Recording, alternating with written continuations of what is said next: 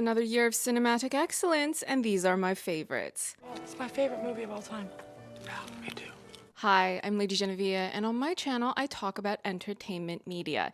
It is officially that time of the year when every film channel presents their top 10 lists, and I'm actually going to present more than that because naturally I have some honorable mentions I would also like to include. It's not so much about expanding the top 10 to include the ones that are sitting just slightly outside of that list in a ranking, but I picked a few extra films that I never made video reviews for, and I want to make sure I take this opportunity to put them in the spotlight and hopefully encourage more people to watch them. Being that I'm a smaller channel and I do all of this myself, I am not able to make video reviews of everything I watch.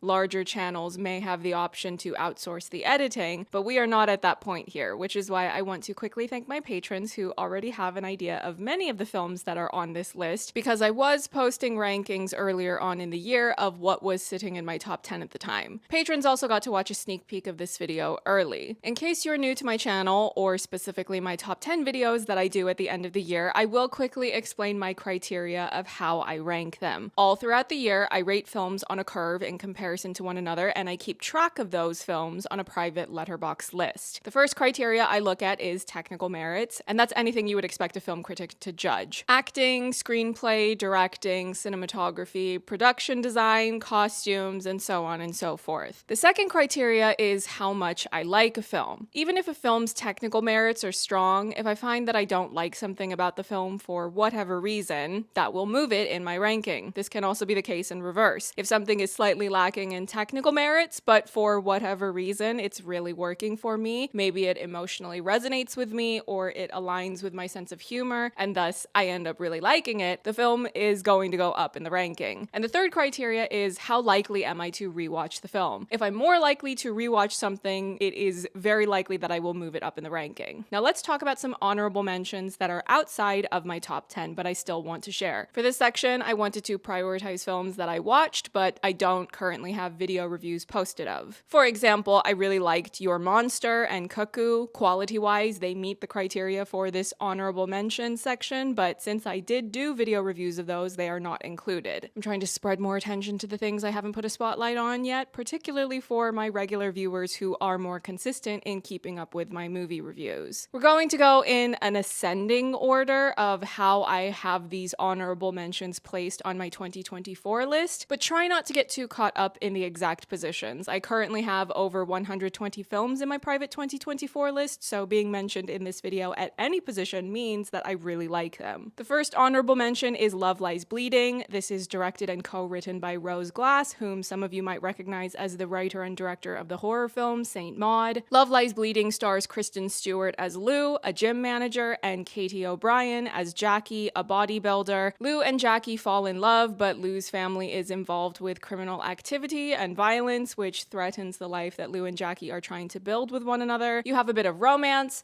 a bit of crime, and a really interesting ending. I'm choosing the word interesting because it's a very vague descriptor and I don't want to say too much for anyone who wants to see this unspoiled, but it's definitely interesting in a good way and worth viewing without me telling you all of the details beforehand. Also, Lou's father is played by Ed Harris, whom I find rather terrific because he's a great actor. He was one of the leads of James Cameron's The Abyss, and because he and his wife mean-mugged Elia Kazan at the Oscars. I'ma just scoot on over and let you whack him.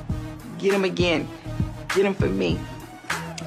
The next honorable mention is Problemista. This is starring, written, directed, and co-produced by Julio Torres, who is an immigrant from El Salvador. And I bring this up because it's central to the story of Problemista. Julio plays Alejandro, who is an immigrant living in New York City, and he dreams of being a toy maker at Hasbro. But he's struggling with the endless paperwork and bureaucratic red tape of his precarious position as an immigrant. He applies to be an intern at Hasbro, but receives an automated rejection after an accident incident at work, he is fired from his job, leaving him with only 30 days to find someone to sponsor his work visa, or else he will be at risk of deportation unless he leaves of his own accord. This is when he meets Elizabeth, an eccentric artist played by Tilda Swinton, whom Alejandro must bend over backwards to try to help and do silly tasks for in exchange for her sponsoring his work visa. The film is thoughtful and creative. It plays with a lot of surrealism, but without going too far into that to where it would become esoteric and then you just find yourself stuck with a headache and zero emotional investment. I stayed fully engaged with Alejandro's journey the entire time, and it's also a film with a wonderful sense of humor. I've been meaning to add at least one clip from this film into my clip folder, so this is probably a perfect reminder for me to do so while I am editing this video. Don't scream at me. The next honorable mention is... Watch My Old Ass. It's out now. This is written and directed by Megan Park, and Margot Robbie was one of the producers, and you can even see pictures of her visiting the set. This movie really came out of nowhere for me, and I should have known that I was in for it when very early into the film, a group of teenagers takes a boat ride on a lake, and the movie starts playing Nelly Furtado's Say It Right, and I began to get emotional. Why? That song is a bop. The only emotions I should be feeling when hearing it are, ooh, girl, this is my song. I need to dance. This movie is about a teenage girl, Elliot, who has just turned 18 and is going to be leaving home soon to attend university. But after taking some psychedelic mushrooms, she has a vision of being visited by a 39-year-old version of herself who gives her different bits of life advice. And this jumpstarts a shift in teenage Elliot's perspective and behavior as she begins to reflect on how fleeting this period of her life is. It's funny and heartfelt,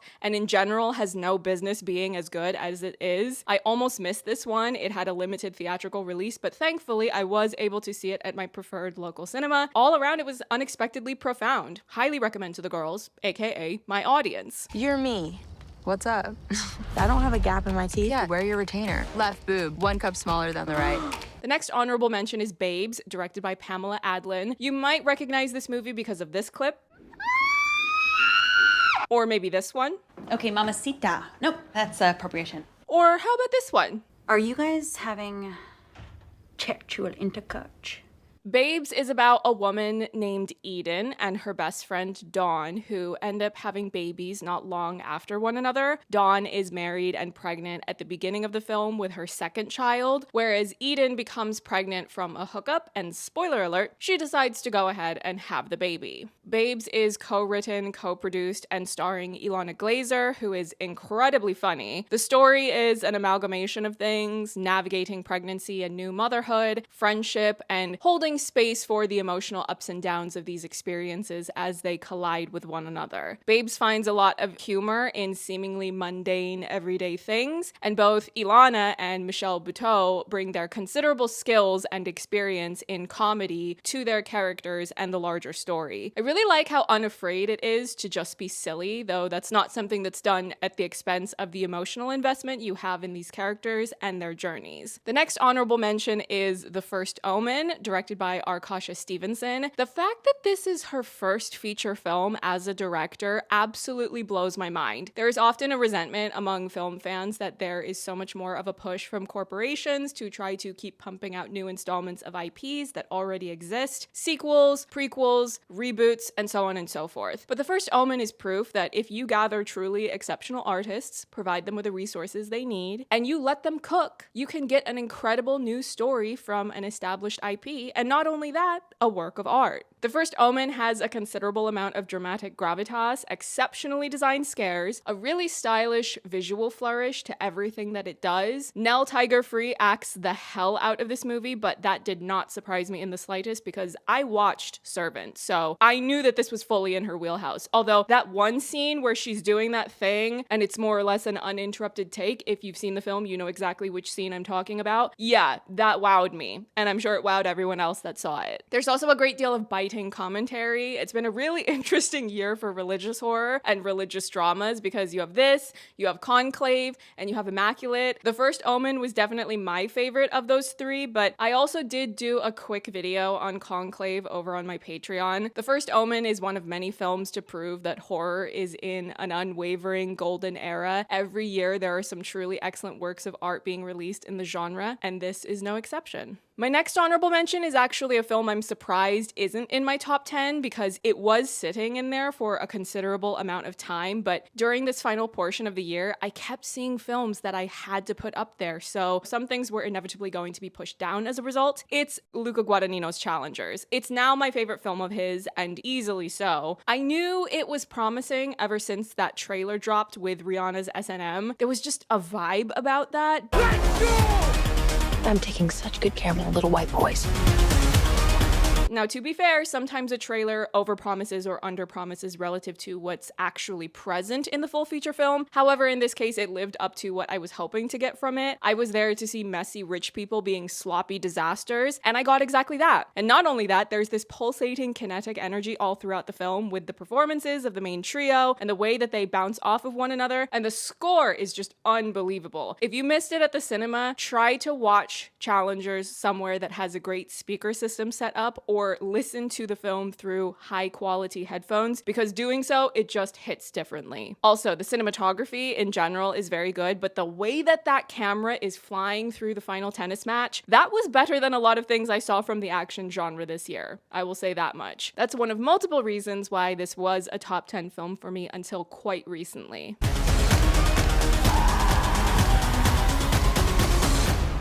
Now, I know this is supposed to be a top 10, but I'm actually going to have a tie for 10th place simply because I got stuck trying to decide between two films. Part of the difficulty in deciding was that it felt like one film was what I would pick if I went with my head, and the other one was what I would pick if I went with my heart. My head pick also is a very recent watch, so maybe there's a bit of recency bias and I don't have enough time to see if that will settle and change my ranking between the two. But either way, this first chunk of my top 10 is also something I've decided to call the Irish block. My head pick for 10th place is Robert Eggers' Nosferatu. I was able to watch this at an early press screening, and I've just posted a video review of this. It's the video I posted right before this one that you're watching right now. Fantastic visuals, very artistic. Robert Eggers lived up to the high expectations I had because of how much I enjoyed The Northman. But if you want more detailed thoughts on Nosferatu, just go and watch my review. And this is part of the Irish block because the author of the original Dracula book, Bram Stoker, was Irish.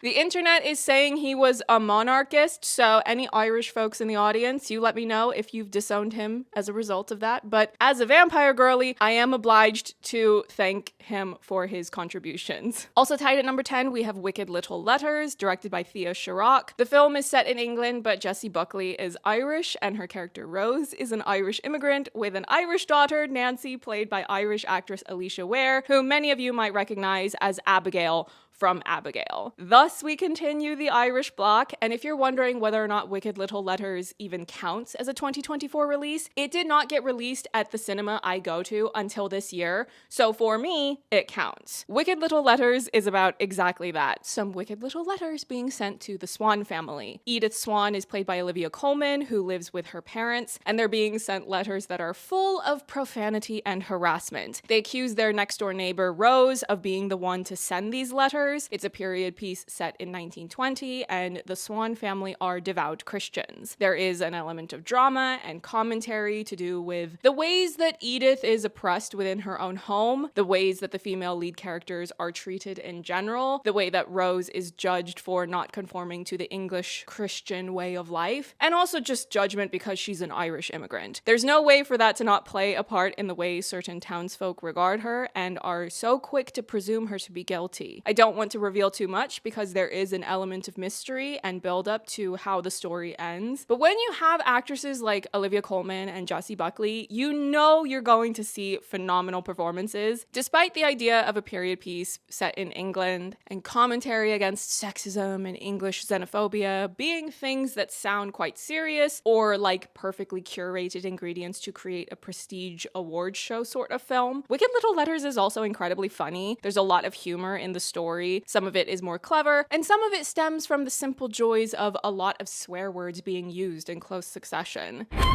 You want fucking in the nose holes, you old beetle. Be At number 9, we have Ridley Scott's Gladiator 2. I do have a review posted of this, which I would recommend if you want to hear more detailed thoughts, but to quickly recap a couple of my main points, Denzel Washington describes this as Cecil B. DeMille on steroids, and I find that to be a fitting description. Ridley Scott is your favorite filmmaker's favorite filmmaker, and deservedly so. The scale and scope of this is unlike much of what you will see nowadays, particularly when you factor in how much of what he does in this practically. The amount of people in period costumes, in arenas, in battles, in the streets of ancient Rome, it's all very impressive. It's compelling, grandiose, it's thought-provoking, and Denzel Washington chews up every scene he's in. Many of the other actors are also excellent, but Denzel really embodies that idea of it being so much more fun to portray a villain. And this film is part of the Irish bloc because the heroic protagonist of the story, Lucius, is played by Paul Mescal. And can I say, Diagwitch? Diasmurgwitch. Was not expecting that. Number 8, moving deeper into the Irish bloc, it's Small Things Like These. This is based on the book about the infamous Magdalen laundries, or asylums, in Ireland that were run by Catholic nuns but were also supported by the state. I saw this film first and I loved it. I put it in my top 10, and then I saw it again at the cinema, and then I went and read the book. I wouldn't say that you need to read the book to be able to enjoy the film, but I do recommend reading the book since it's well written, it was very compelling, and it also filled in some of the details. As one example of this, in the film we see flashbacks to Cillian Murphy's character Bill Furlong's childhood. At one point he comes home with spit on his jacket, and I didn't think too much about that. I suppose in my mind I was just thinking, okay, childhood bullying, so he knows what it's like to be on the receiving end of cruelty, and by remembering this as an adult he is all the more empathetic when people around him are not. In reading the book though, it's clarified that he was being spat at by other children because he's a child born out of wedlock. That did not occur to me when watching the film, but it makes a lot of sense in the context of the story and the grip that the church and its rhetoric have on a lot of the characters you're seeing, as well as the societal norms and values that inform their behavior and beliefs. Anyway, as for Small Things Like These, directed by Tim Mealance, I would not have expected to love this as much as I did because I do tend to favor maximalism over art that is more quiet and introspective in the way that Small Things Like These is. But it's such a profound work of art and incredibly poignant, but without falling into the trap of becoming what I refer to as pretentious misery, which is the type of art that I tend to turn away from. I don't think anyone watching a top 10 films of the year video needs to be told that Cillian Murphy is a phenomenal actor. That's definitely part of the film's appeal. He conveys so much even when his character isn't saying anything out loud. Small Things Like These really resonated with me, and even though it's a period piece addressing something really malevolent in Irish history, I found the story to be highly relevant to current ongoings beyond just the historical traumas of Ireland. It's a really cathartic, uplifting watch. It's emotional without being overly draining. I never did a full review of this, which is why I'm taking time to make sure I emphatically state that I highly recommend it. And next up, the absolute pinnacle of the Irish bloc. Chucky or Law, get the Brits out, lads. It's Kneecap. Chucky or Law, get the Brits out, lad. A one-way ticket, please. I've lost my bus pass. Kneecap have become my latest hyperfixation. I've watched multiple interviews of them because they're hilarious and so unapologetically authentic and anti-colonial. I'm so bored of watching people be on their best behavior and giving inauthentic PR answers. Tell me what you really think. And Kneecap do exactly that. And then the Irish population has never recovered. We had 8 million people back then, and now it's still like 6.5, 7 million. There's still no one in Longford. Still no one. So anyone in Ireland is complaining about immigration and saying there's no room for immigrants. We had more people during the famine, so you're full of shit. But as for this film, here's what you need to know. Kneecap are an Irish rap group from West Belfast, which is in the north of Ireland. They rap in both Irish and English, but in general, their strong advocacy for the Irish language, Irish independence, Irish reunification has made them equally popular as they are controversial. They've only been around for a few years, but even so, early on in their come-up, they were approached by director Rich Pepiot about making a film about themselves. They initially ignored him for months because they did not want an Englishman profiting off of Irish labor. neighbor. Valid. But eventually, he bought them some drinks, they met up, and began to develop the film. Also, if you're wondering, the reason why Rich was in Belfast is because he married an Irish woman and thus moved to Ireland, and he learned about Kneecap by attending one of their gigs. I mean it when I say I've been hyperfixating. I don't even usually binge many interviews anymore, but I did exactly that for Kneecap. A lot of the answers repeat themselves, but occasionally you will get an unhinged tidbit, and I have to just sit back and enjoy the show. The line that we had to fight the most, to get in the film, that was literally, there was a wall of objection to, was "I want to blow you like a Brighton hotel," which you know, to some people that will go over the head of some people in this room. But basically, Margaret Thatcher was the Prime Minister of the UK. You know, the most hated Prime Minister, Tory. There was an IRA of the hotel in Brighton where she was staying, and nearly killed her. A couple of ministers, and it was the biggest terror attack on the. It wasn't terror attack. Whatever. It was community service. This is a smokeless garden. Disruption. Anyway, the film is a sort of retelling of their origins as a group, but it's also a hilarious, bombastic love letter to indigenous languages. It's about art being used as a tool of protesting against occupation. The film is a highly entertaining call to action to preserve language and culture despite the threats of an empire trying to destroy you. Oh, and if a really fun film wasn't reason enough to love Kneecap, they're also very loudly pro-Palestine. Just how important is the Palestinian cause to ye as artists and as activists? It's something that goes back a long time in Belfast. Like, I mean, if you go ever, I'm always saying, if you ever go up the Falls Road in West Belfast, you'll see more Palestinian flags than Irish flags. And I feel like it's really important, down to the fact of obviously 800 years of colonialism, we kind of understand and have solidarity with oppressed people around the world. Absolute coolest lads in all of Belfast, and if you'd like to wring your hands over me saying Chucky or Law after watching this film, I have two responses to that. Number one, I already knew that phrase because of Steve-O. So good luck England, or as we say in Ireland, Chucky or Law. And number two, Kneecap are the ones teaching non-Irish people to say this on their press tour and saying that it's the most important Irish thing you should know how to say. I want to learn a few things. Can you guys teach me something cool to say? Oh, yeah, okay. Chucky or La is the best one. Yeah. Chucky or La? Yeah. Perfect. You literally got it nailed. Just means our day will come. It's like it's a term of endearment. Oh, cool. Like if someone brought you a fucking, I don't know, an In-N-Out home or something, you go Chucky or La. Chucky or La. And the government tells me that I am very dangerous. Number 6, Memoir of a Snail, written and directed by Adam Elliott. This is an Australian stop-motion animation film. It's an incredibly moving story about a girl named Grace and her brother Gilbert. We begin the story in the 1970s in Australia when the two of them are children, and then follow them into adulthood. I really don't want to spoil much about the plot of this movie because it's so magical that I just want everyone to go on that journey without having every detail given away beforehand. So I will instead make a comparison between Memoir of a Snail and another film that I love, Amélie, which is on my wall. Amélie is a Jean-Pierre Jeunet film, and he had a background in animation before he transitioned into making live-action films. However, when you watch Amélie, you can definitely see how the artistic and narrative style feels very informed by the freedom that animation offers as a medium. Things are not presented in Amélie through a hyper-realistic lens. Like Amélie, Memoir of a Snail is a sort of slice-of-life story where you have a lonely female protagonist who experienced tragedy at a young age, and as an adult, she's struggling to open up and forge meaningful connections with others. But along the way, we meet an array of colorful, entertaining characters, we have some laughs,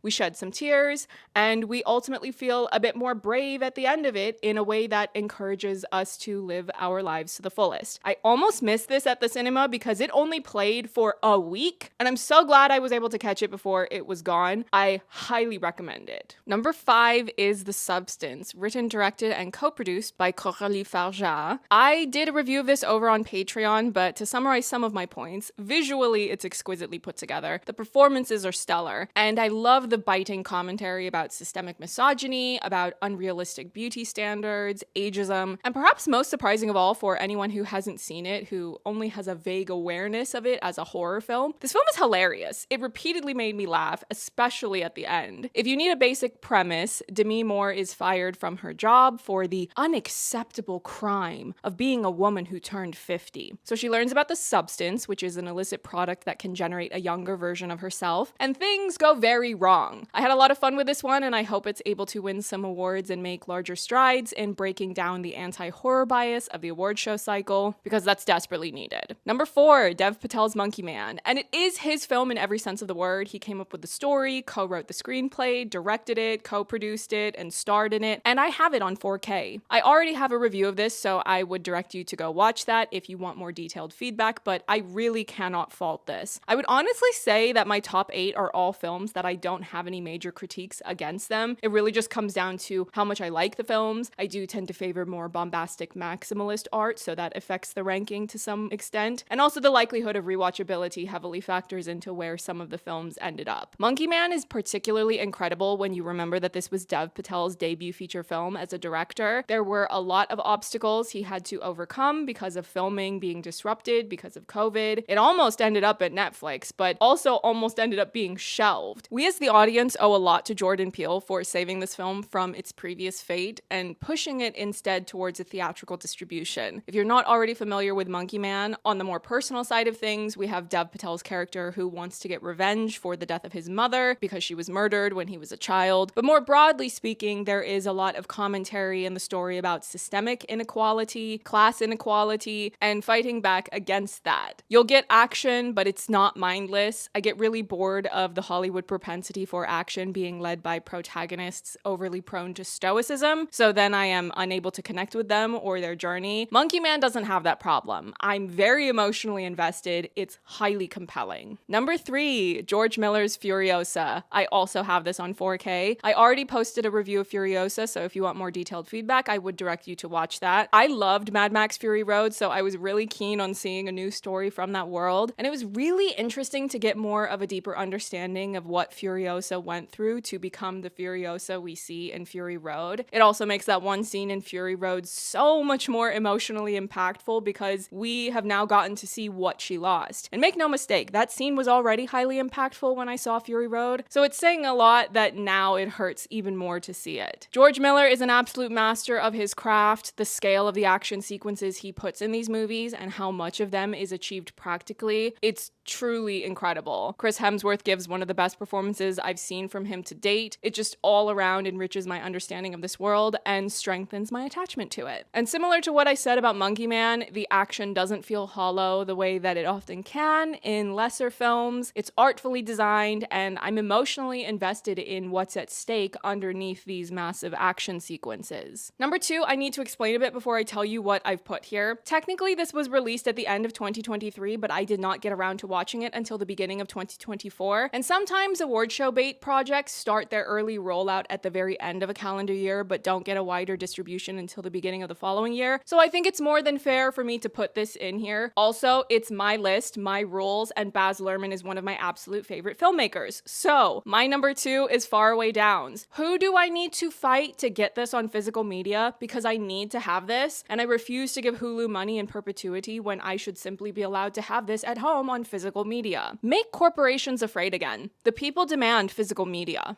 Baz Luhrmann released a film called Australia back in 2008, and when you put this up against his other films, it's not quite as beloved or discussed or cemented in pop culture. Faraway Downs is essentially the restoration of Australia into what it was always supposed to be. It's a period piece from shortly before and during World War II, but the absolute most important thing about this project is that it's putting a light on really horrific things in Australian history of colonial violence against Indigenous people, and Faraway Downs restores a lot of material where the perspective shifts back to largely being from the point of view of a young biracial Indigenous child. Not only that, Faraway Downs adds music from Indigenous artists, including the theme tune, which is a bop. Faraway Downs is formatted as a limited series, but to me, it's a film. Australia was a film. This is merely the true version of that. I haven't seen Australia in many years, and at this point, I have no interest in rewatching it, because for me, Faraway Downs is the only version I want or need on physical media. Everything I love about Baz Luhrmann as an artist, his visually bombastic style, his enthusiasm for romance, all of that is felt here. This video is getting long, so I'm going to have to stop there, but I love Faraway Downs. Land back. I'm also very ready for Baz Luhrmann's Williams Joan of Arc film, the millisecond it's available for me to watch, I'm already there. Number 1. I saw a press screener of this back in January of this year, and I absolutely fell in love with it, and I gave it 5 stars. Following that, everything else I saw for the rest of the year, I was comparing them to this, and there was nothing else I loved as much as this, and since I grade new releases on a curve within that calendar year in order to prepare to make this list, this was the only film I ended up giving 5 stars. It's Zelda Williams' Lisa Frankenstein. No, I can't. I can't do that. Not until we bury the body. Do you ever watch something and think to yourself, now how is it that the people who made this do not know me personally, and yet they made something that was perfectly made to appeal specifically to me?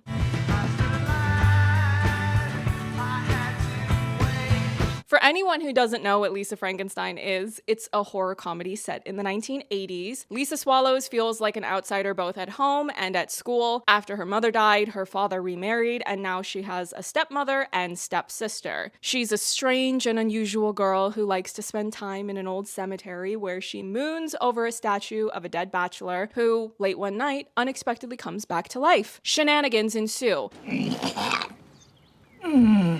That's Taffy's.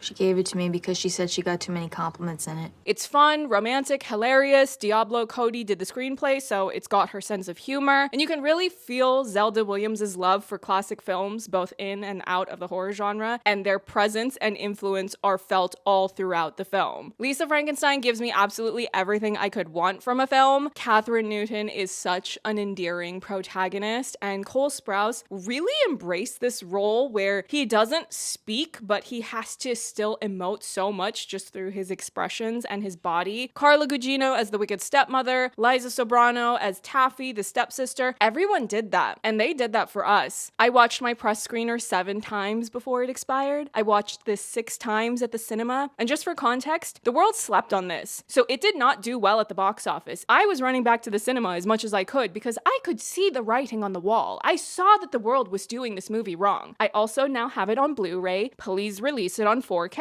Zelda Williams, let her make what she wants. I want to see what she does next, because if this is what her debut looks like, who knows what else she could create. Unbelievable. I could say a lot more about Lisa Frankenstein, but I don't want to spoil all of the best jokes, so just go watch it if you haven't already. I also have my review posted. Buy the Blu-ray and go tell Zelda Williams that she did that. It's 1989. People have sex out of wedlock all the time these days. Plus, I have a contraceptive sponge in my purse. It's enormous.